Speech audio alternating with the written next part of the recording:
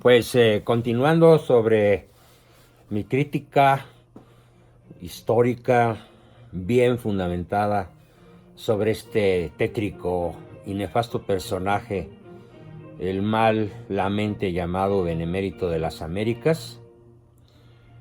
En esta segunda entrega sobre el personaje, voy a comenzar por contestar a la multitud de chairos y analfabestias que me dicen que todo lo que yo digo no está escrito, no existe, que son mentiras mías, que si me digo católico, ¿cómo es posible que siendo así, mi alma despida tanto odio, tanto veneno contra el Salvador de la patria?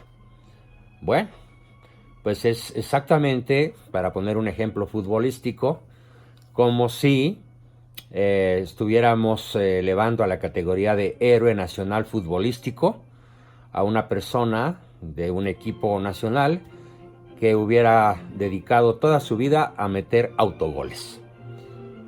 Claro, contando con la complicidad del árbitro, de 2 o 3 jugadores más, y llevarse carretadas de millones de dólares a cambio de sus jugadas de autogol desde su mismo equipo. Esto nunca ha pasado en el fútbol, al menos que yo lo sepa, pero es el perfecto equivalente a lo que estos chairos analfabésticos o analfabestiales ignoran, que Benito Juárez se dedicó a meter autogoles durante toda su vida y particularmente durante los 14 años que tuvo México la tragedia de tener a un presidente que se impuso por la mala 6 veces, sin jamás haber sido electo por nadie. Para comenzar, recomiendo que revisen el archivo histórico de la nación en México y en Estados Unidos. En Estados Unidos pueden ir o consultar de modo virtual la Biblioteca Nacional de Washington o la Universidad de la capital de Texas. Pueden leer también de Luis Reed Torres su libro Bicentenario de un Patriota al servicio del enemigo de México, editorial IDH PES del 2006.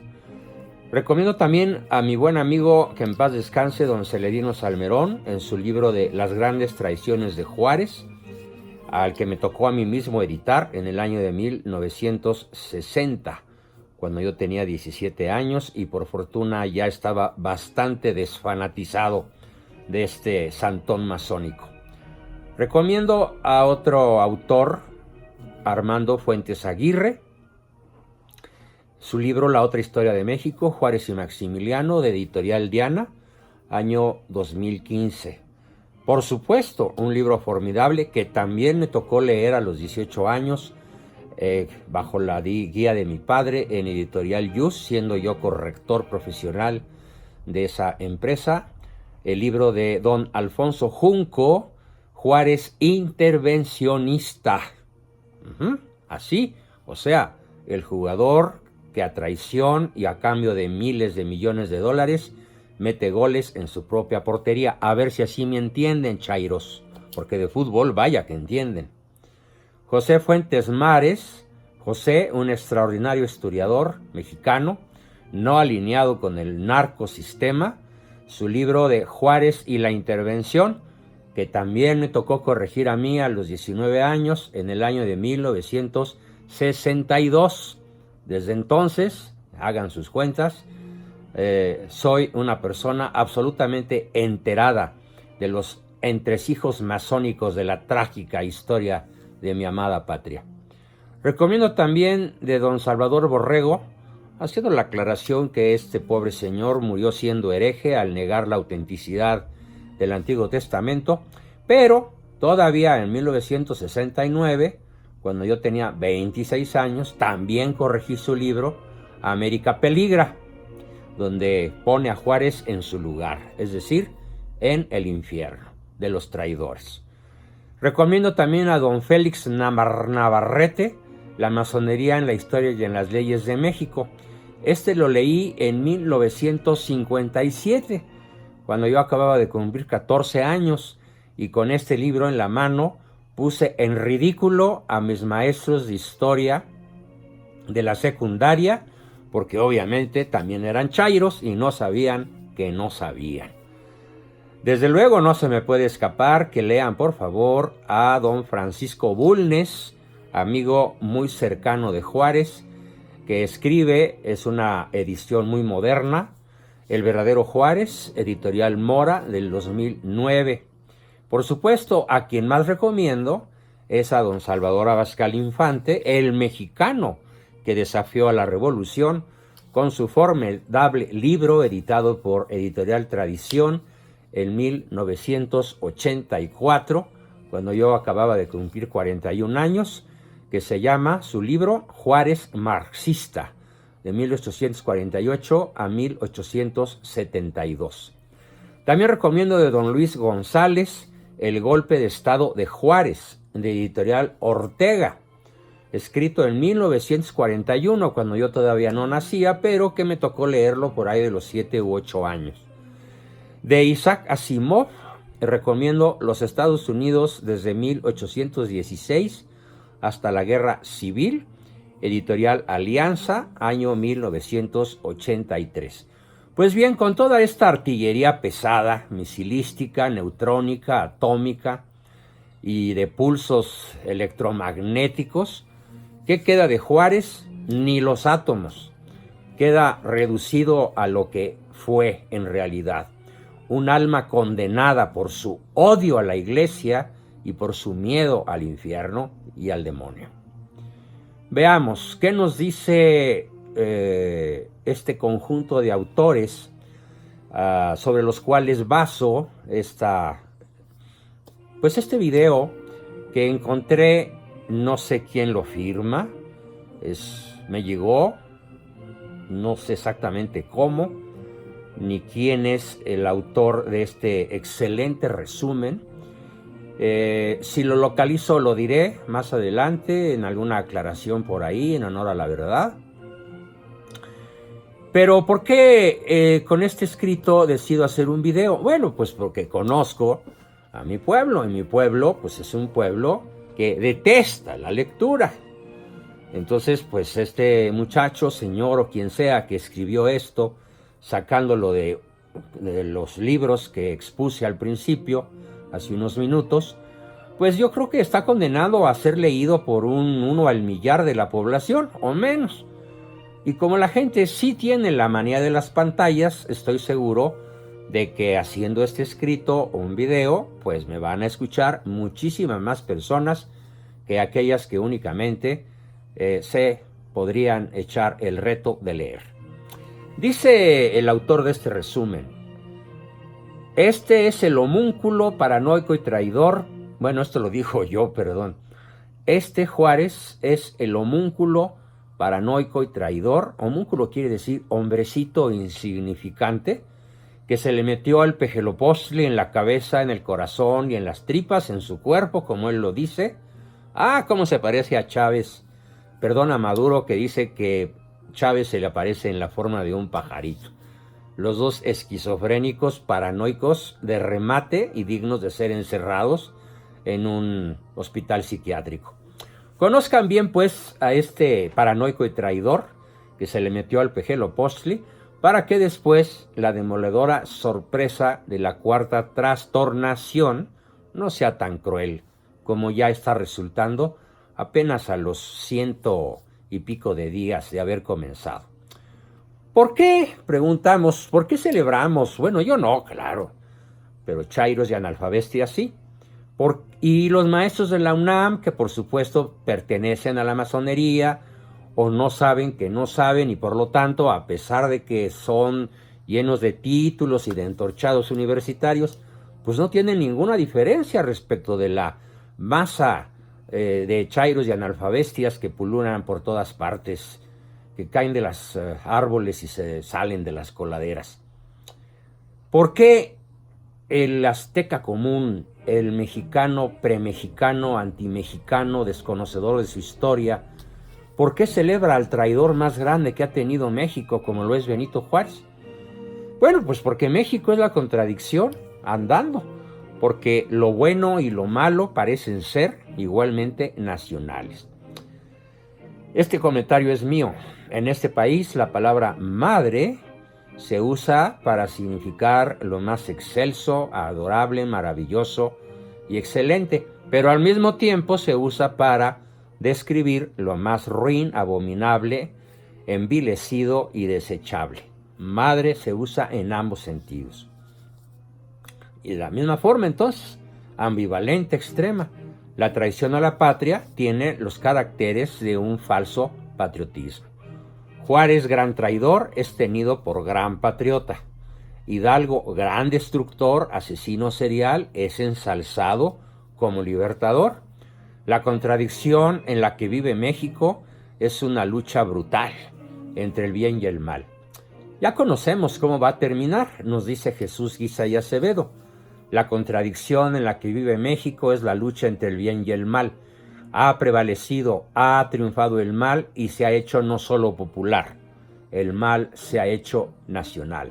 Nos dice don Jesús Guisa y Acevedo, uno de los más extraordinarios, honestos e imparciales historiadores que México haya producido.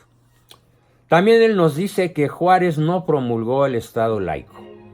El Estado laico lo promulgó un masón de altísimo nivel, Sebastián Lerdo de Tejada, y Juárez lo permitió por instrucciones de la logia masónica de Charleston, Nueva Orleans, donde él se exilió antes de regresar a México a imponer su feroz y asesina dictadura. No fue un defensor de los indígenas. Nos sigue diciendo ahora don José Vasconcelos, era un racista y clasista de élite.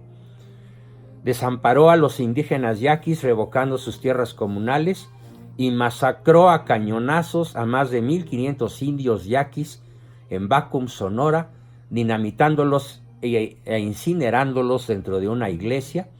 Todo esto por sublevarse para que no les fueran expropiadas sus tierras legítimas, que tenían siglos de haberles sido reconocidas incluso por los reyes españoles.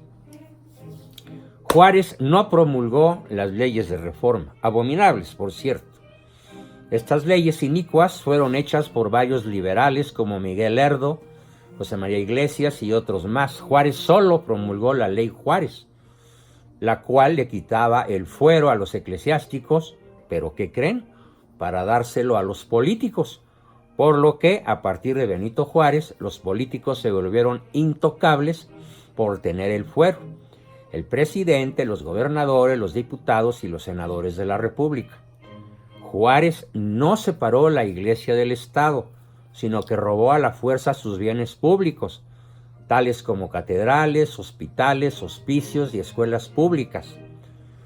Les robó todo a los mismos que le dieron educación gratuita y sustento durante toda su niñez, adolescencia y gran parte de su juventud. En otras palabras, Juárez mordió la mano que le dio de comer. La iglesia le enseñó español, buenos modales, costumbres de persona decente y estudios profesionales, incluyendo latín. Y en el caso de Juárez, pues posiblemente latón y hoja de lata. Juárez no ganó la guerra de reforma, ojo, ni tampoco la ganó al ejército francés. Mentira podrida. La verdad es que Estados Unidos le ayudó con dinero, armas modernas y 60,000 mercenarios estadounidenses. Nada más comparen. Parece que Trump piensa mandar 5,000 a Venezuela. Bueno, pues aquí llegaron 12 veces más. 60,000 mercenarios gringos, mientras que el ejército francés se retiró del país voluntariamente. Nada de que por la heroica gesta del 5 de mayo. Pamplinas. Otra gran mentira, de la cual por supuesto hablaré ampliamente el próximo ya cercano 5 de mayo. Estados Unidos amenazó a Francia de invasión. Sí, claro, lo hubieran podido hacer los gringos muertos de la risa si Francia no retiraba su ejército de México. Imagínense a los marines gringos invadiendo el territorio francés, desembarcando en Dunkerque como lo hicieron en la Segunda Guerra Mundial. De hecho, Estados Unidos intervino personalmente a través de su presidente y con lo mejor de su ejército y de su marina para salvar a Benito Juárez de ser capturado y fusilado por nuestro heroico héroe general Don Miguel Miramón, el joven macabeo y el primer presidente nacido en México como nación, lo que provocó el triunfo total del Partido Liberal, triunfo arrollador hasta estos momentos. A pesar de que el Pejelopostli haya decretado el entierro del neoliberalismo, ay amigos, de veras, solamente un estúpido oligofrénico puede creer en semejante paparrucha. Claro que hoy sigue gobernando la nomenclatura masónica con otro nombre, ya no es el PRIAN, ni el PRD, ni los enanodónticos partiditos esos que tanto chupan el dinero de los mexicanos. Ahora es el Primor, puros priistas formando el Morena. En aquella época Juárez pagó 30,000 pesos duros por cada general conservador muerto y 20,000 por cada integrante de los mercenarios que lograran o que quisieran pasarse a sus filas comunistas, marxistas y regalarles tierras mexicanas a los mercenarios gringos. Muy pocos le tomaron la palabra. Otra, Juárez no se ganó el título de Benemérito de las Américas por su incansable lucha por la autonomía del pueblo mexicano. No, sino porque un colombiano de mala memoria se sacó de la manga que Juárez y Maximiliano habían tenido un intercambio epistolar. Todo un engaño. Aquí queda demostrado que Benito Juárez es el mexicano más antimexicano que haya dado nuestra historia. Y la masonería mexicana e internacional lo celebra porque comenzó los planes de poder y persecución de sus opositores en México y en Latinoamérica, particularmente contra los sacerdotes y monjas y frailes. Por eso es considerado el Benemérito de las Américas, por su feroz persecución contra la Iglesia y no por otra cosa. Además, como ya lo dije y vale la pena repetirlo, ahora de una manera un poquito diferente, aquella famosa frase de entre los individuos como entre las naciones, el respeto al derecho ajeno es la paz. Bueno, pues hay que repetir, es un hecho ampliamente conocido que Juárez no solo no diseñó ni escribió esta frase, no es original de él. Sí la pronunció en un discurso cuando regresó a la Ciudad de México el 15 de julio de 1867, con el alma y las manos manchadas con la sangre de Maximiliano Miramón y Mejía. Sin embargo, repito, la frase no es de su autoría. La frase se inspiró en un escrito de Immanuel Kant en su obra La Paz Perpetua. Kant era un filósofo a quien Juárez admiraba. ¡Ja! No se le pegó nada. Además, no solo Juárez usó esa frase, también fue citada por el revolucionario y masón José Martí, cubano, nada más que Martí no se la adjudicó, cuando menos reconoció de quién era. Vaya, mucho más honesto el cubano que este indio zapoteca. Juárez no odiaba su religión, llamémosle religión a su sectarismo, a sus logias, a su protestantismo, a su masonería, llamémosle religión en el sentido de religare, pero él ¿con quién se religa? Pues con Satanás, porque Satanás es el ídolo máximo, el dios máximo de los masones, sobre todo del grado 22 para arriba. Y en nombre de su religión masónica, atacó ferozmente a la Iglesia Católica y siempre quiso romper totalmente las relaciones con el Vaticano, que formalmente se oponía a su dictadura feroz. Por lo que Juárez quiso crear una iglesia mexicana local, donde él, al estilo de Enrique VIII, sería el papa o sumo sacerdote. Como buen francmasón, todos los francmasones lo admiran por haber llegado a ser presidente por su propio esfuerzo, dice la mitología juarista, siendo que era un pobrecito, humilde indígena. Esta apreciación no toma en cuenta, sin embargo, la influencia masónica que recibió durante sus estudios profesionales en el Instituto de Ciencias y Artes de Oaxaca, después de haber sido educado, sacado de la barbarie por la Iglesia Católica. Muchos de los maestros de esa institución eran masones de alto nivel. Y por ello, Juárez se inicia en la masonería en el rito yorquino en Oaxaca. Luego entra al rito nacional mexicano, llegando al máximo grado, el 9, que equivale al grado 33, el rito escocés antiguo y aceptado. El rito de York era de ideas más liberales y republicanas respecto del rito escocés, que también existía en México y en el cual se tenían ideas políticas centralistas.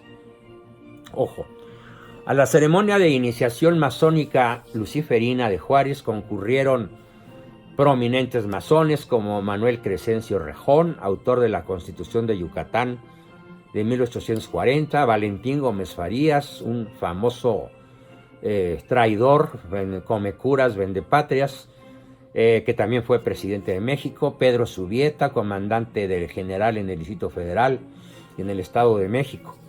Realizada la proclamación masónica, el aprendiz masón Benito Juárez adoptó el nombre simbólico de Guillermo Tell. Pobre don Guillermo si resucitara, caray. Qué vergüenza para don Guillermo Tell, un verdadero héroe, que un traidor de esta categoría monstruosa haya querido tomar este sobrenombre.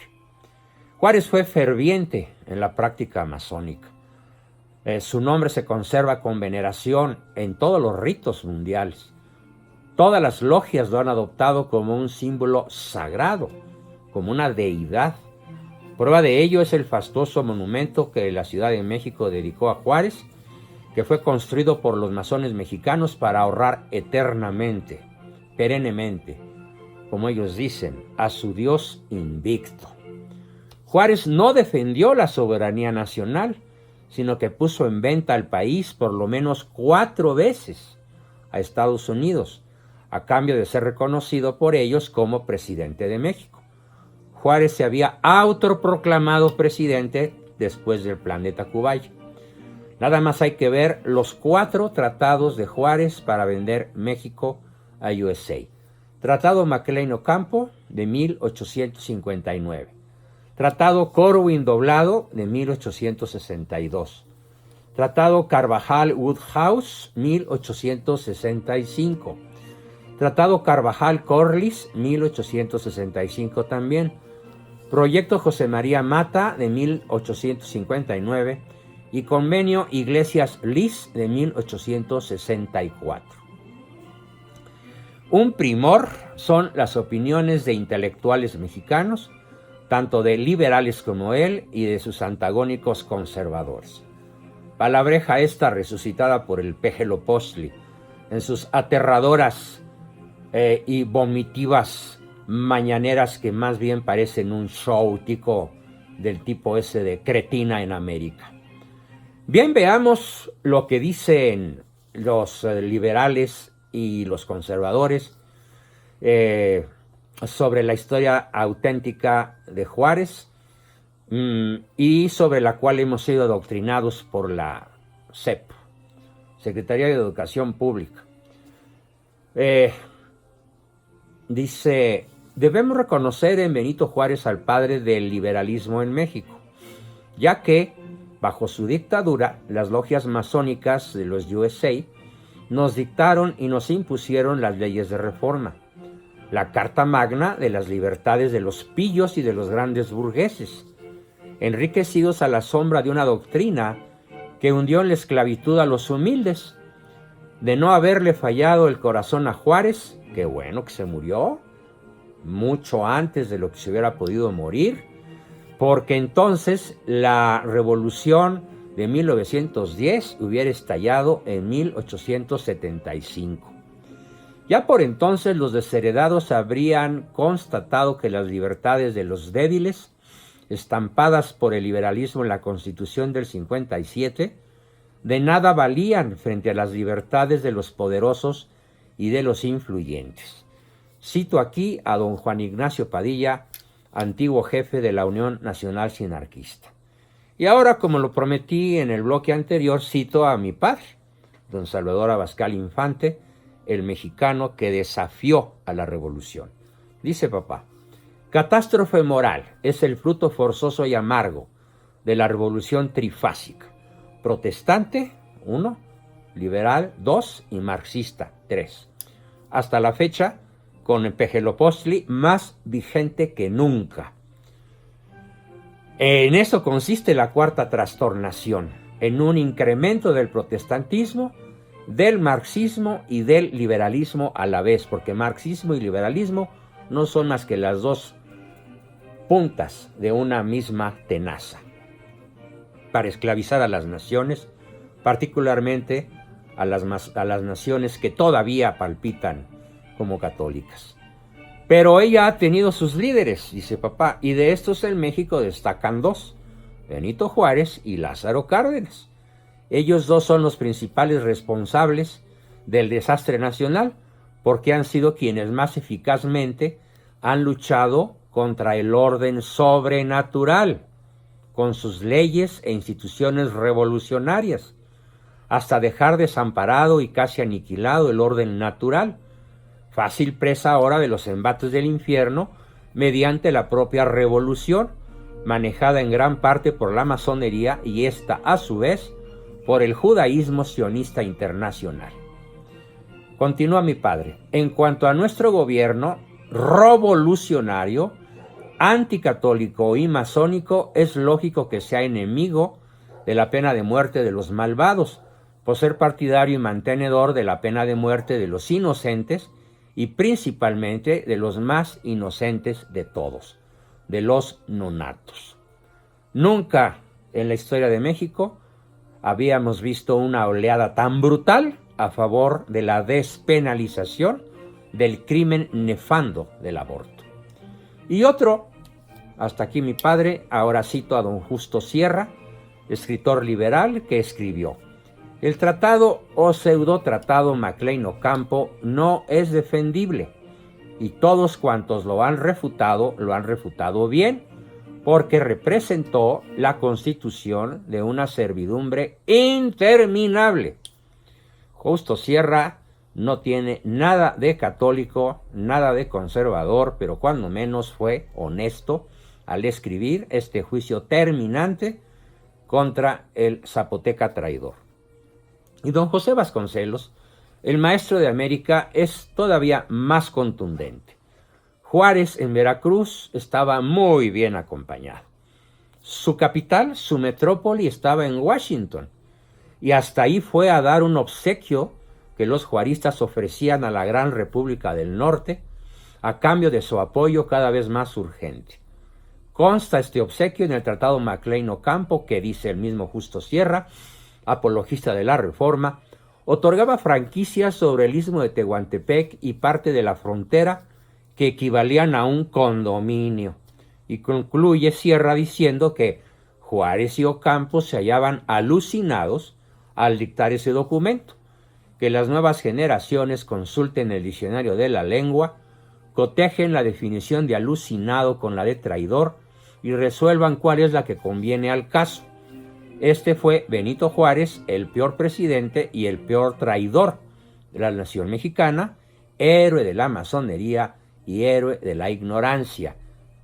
Repito, estas son las palabras de don José Vasconcelos, mi maestro personal en mi niñez y en mi juventud, mi adolescencia, y maestro de América, reconocido como el hombre más inteligente que haya dado México por tirios y troyanos.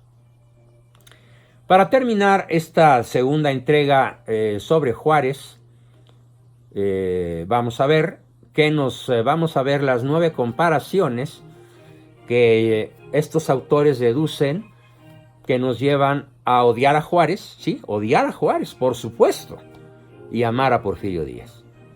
1. Verdadero crecimiento mexicano. Porque contrario a lo que se puede pensar, Benito Juárez no le dio estabilidad ni crecimiento a México en su dictadura de 15 años, cosa que sí hizo Porfirio Díaz. 2. Asesino. Porque Benito Juárez asesinó a más gente a espaldas de la ley que Porfirio Díaz en 30 años. 3. Vendepatrias.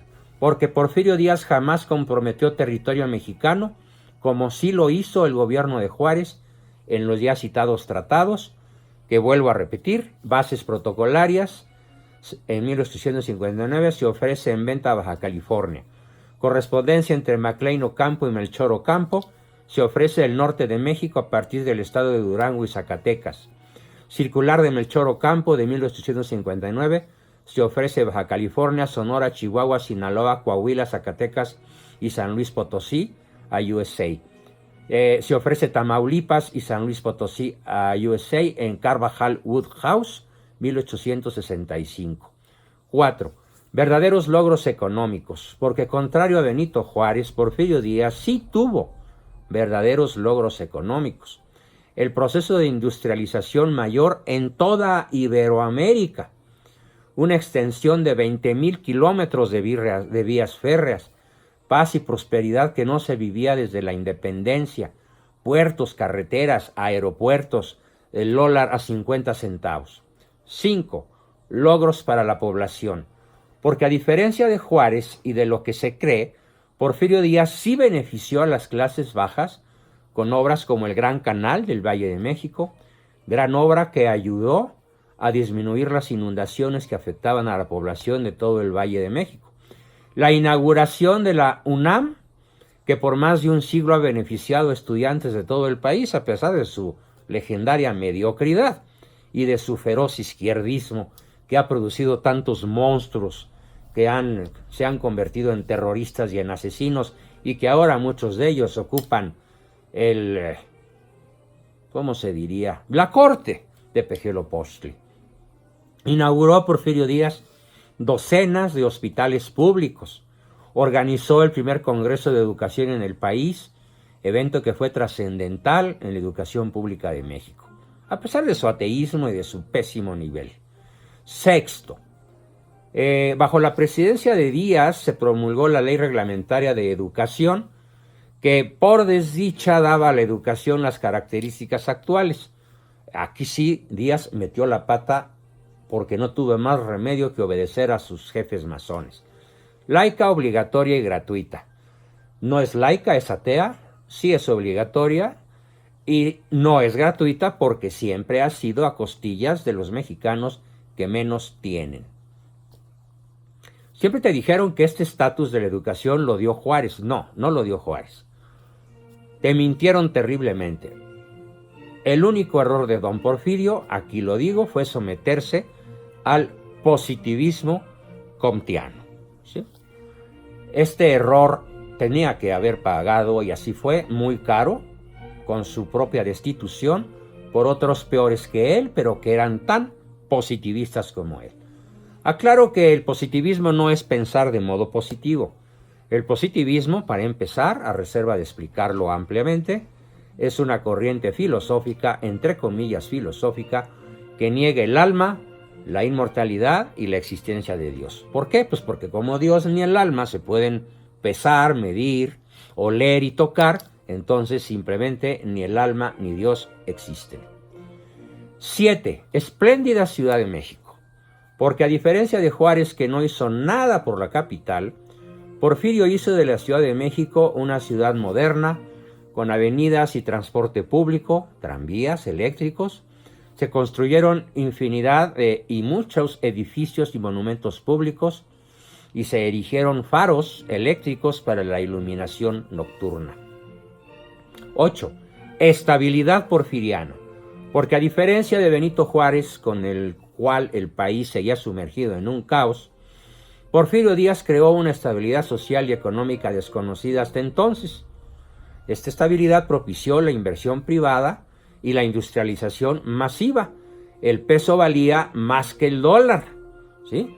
Actualmente estamos hablando en aquella época porfirista de 50 centavos de dólar pagaba por un peso. Con un peso tenías que pagar solo 50 centavos de dólar. Actualmente está cerca de los 20 pesos, 20 dólares por un peso. Al revés, 20 pesos por un dólar. Si no fuera por la eliminación de los 3 ceros en la época de Salinas, estaríamos hablando de 20,000. 9. ¿Quién es el tirano?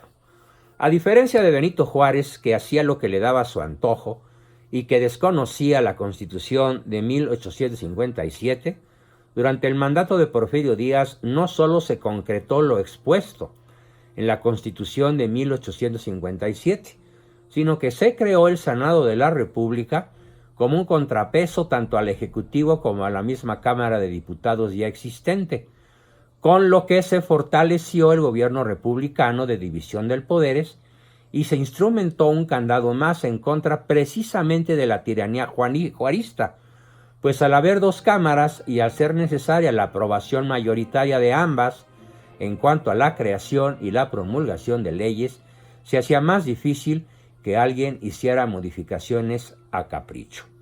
Y ahora, gracias al Pacto de los Generales y a la infinita cantidad de pejechairos, analfabestias que han entrado a tener derecho a voto, se instala nuevamente un señor que gobierna todos los días a base de ocurrencias y caprichos, aunque bueno, parece ser que ya sus mañaneras insufribles empiezan a perder popularidad. Ojalá así sea. Y nuevamente remito a mis escuchas, a mis oyentes, mis queridos amigos, mis queridos familiares, mis respetados pero no respetables adversarios. A él me reclamo, ¿por qué no son respetables? ¿Porque son tus adversarios? No. A mí me vale gorro que sean mis adversarios. No son respetables por una sencilla razón. Porque odian a Cristo a pesar de que lo conocen. O porque no lo conocen y por lo tanto no lo pueden apreciar. Por esa razón, mis adversarios ideológicos no merecen el respeto de nadie, aunque como seres humanos tengan sus derechos inalienables, indiscutibles y merezcan el respeto como personas, exclusivamente. Remito nuevamente a todos ellos a que revisen el archivo histórico 1, 2, 3, 4, 5, 15 títulos que aquí doy para sustentar las tesis que en esta ocasión he decidido convertir en video, sabiendo que México es un país de no lectores. Hasta la próxima.